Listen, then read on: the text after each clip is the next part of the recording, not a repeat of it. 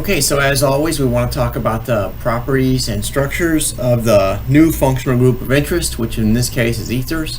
As I mentioned, we want to tie whatever we can over to what we already know, right? So we know we know a lot about water, and we know something about alcohols, right? That was chapter 13. And so let's compare that to ethers. So it turns out we're dealing with an sp3 hybridized oxygen there in the middle, sp3, right? sp3, so the basic structure is tetrahedral. The molecular structure is bent, right?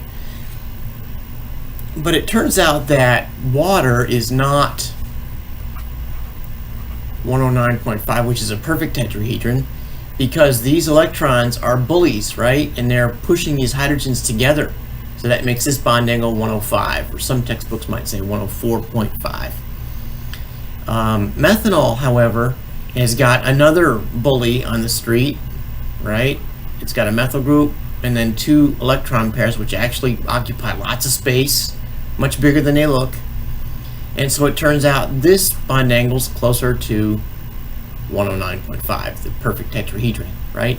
Dimethyl ether now, aha, okay. Now it looks like these guys are bigger, occupy more space than the lone pairs of electrons. And so they push this further apart than the standard 109.5. How do you spell 109.5?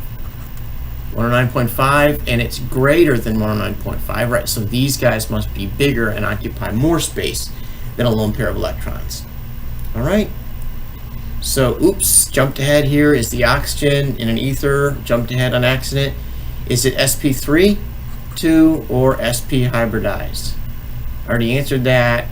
Hopefully you know what that is. Okay, and then the question is, how do the R groups affect the bond angle? How do the alkyl groups affect the bond angle? I sort of answered that also. All right, so in chapter 13, we learned that due to hydrogen bonding, alcohols have relatively high boiling points. So what's the boiling point of, let's see, where are we here?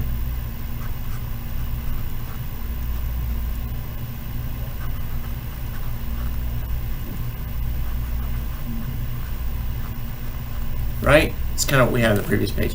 What's the boiling point of this first structure? Remember the name of this? Old friend of mine? Water. 100 degrees Celsius, right?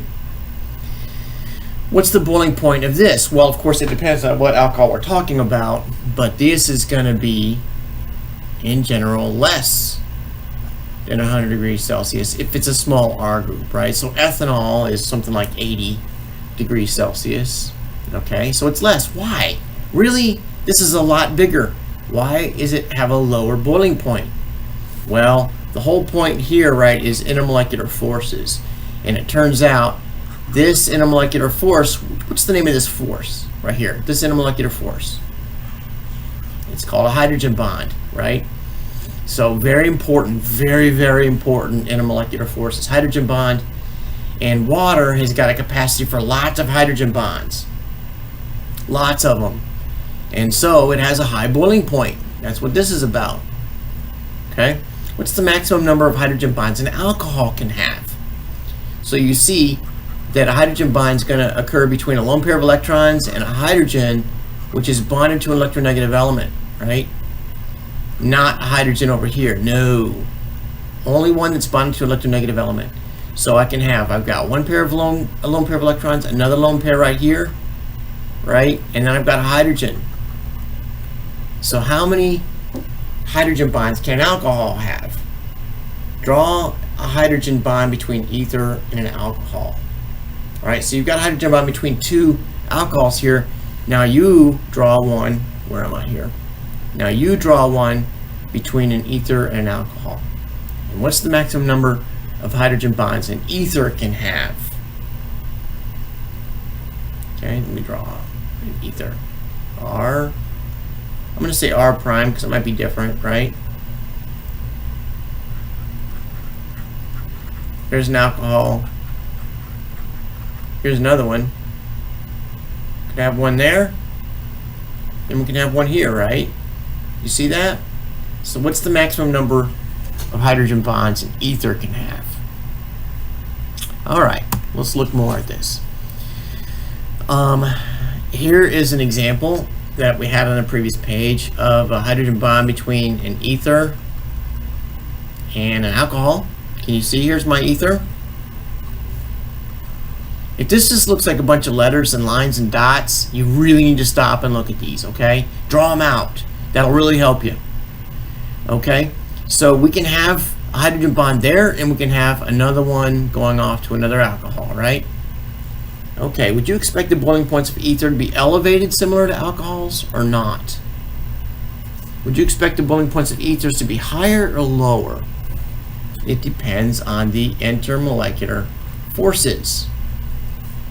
Right? What intermolecular forces are possible here? Well, there's hydrogen bonds, right?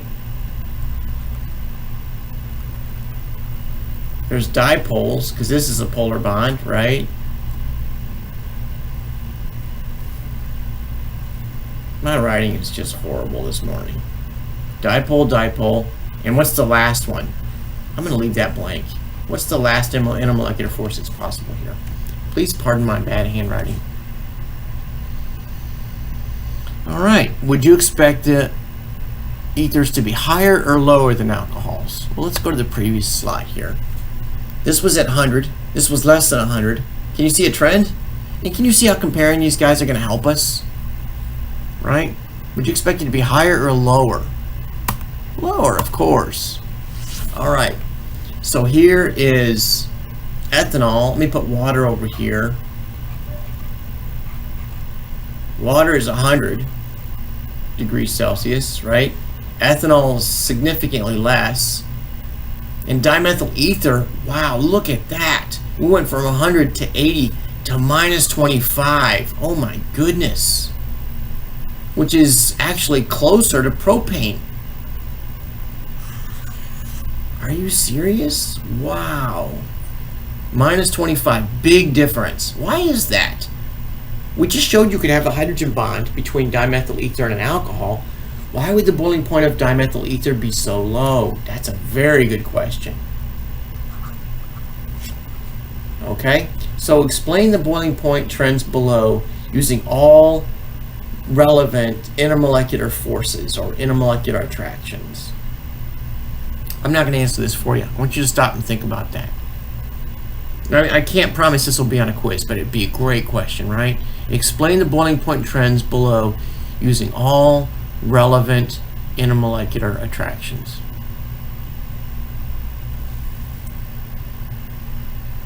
Okay.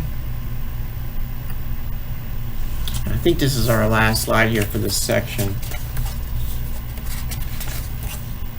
Ethers are often used by organic chemists as solvents. This is important.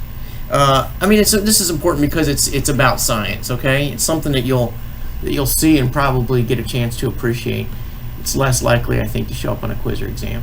Relatively low boiling points allow them to be evaporated nicely. Okay, so if you're making something and you want to get rid of the solvent, you can use an ether, right? You just evaporate it by boiling because they're so easy. Okay, their dipole moment, however, because they are dipoles, allows them to stabilize charged or partially charged transition states. How? And finally, they are not protic. What does that mean?